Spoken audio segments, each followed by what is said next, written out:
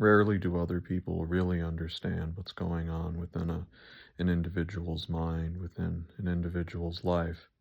And that's just the nature of existence. We have to accept that each person's life is really their own.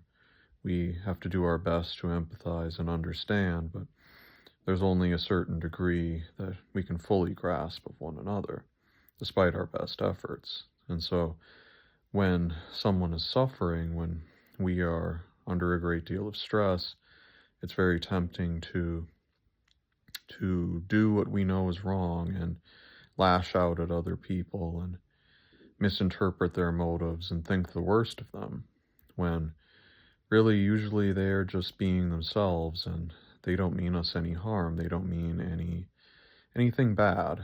They're just doing what they do, and we're just doing what we do. The difficulty is that we are suffering, we are in a great deal of pain, we're under a great deal of stress, and so even though we might consciously know these things and know that the right thing to do is to be patient and tolerant and understanding, it's often tempting to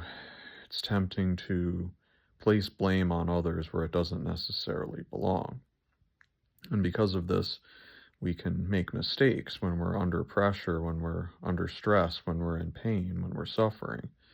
It can lead us to do short-sighted things that ultimately we know are wrong, but can be tempting to fall into when we're under that pressure.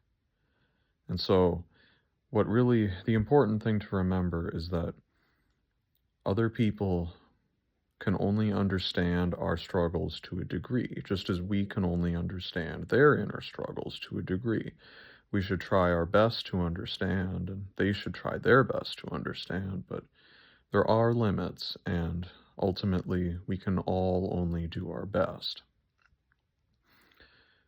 Because of this, it's essential to be able to interpret and manage our own inner struggles as best as possible, because ultimately we are the ones, each individual person must confront his or her own individual struggle.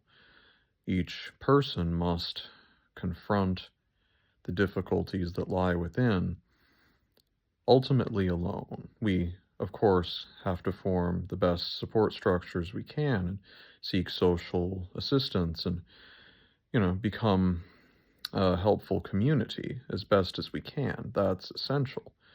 But ultimately, when it comes right down to it, we have to confront our inner struggles alone and emerge from them ourselves.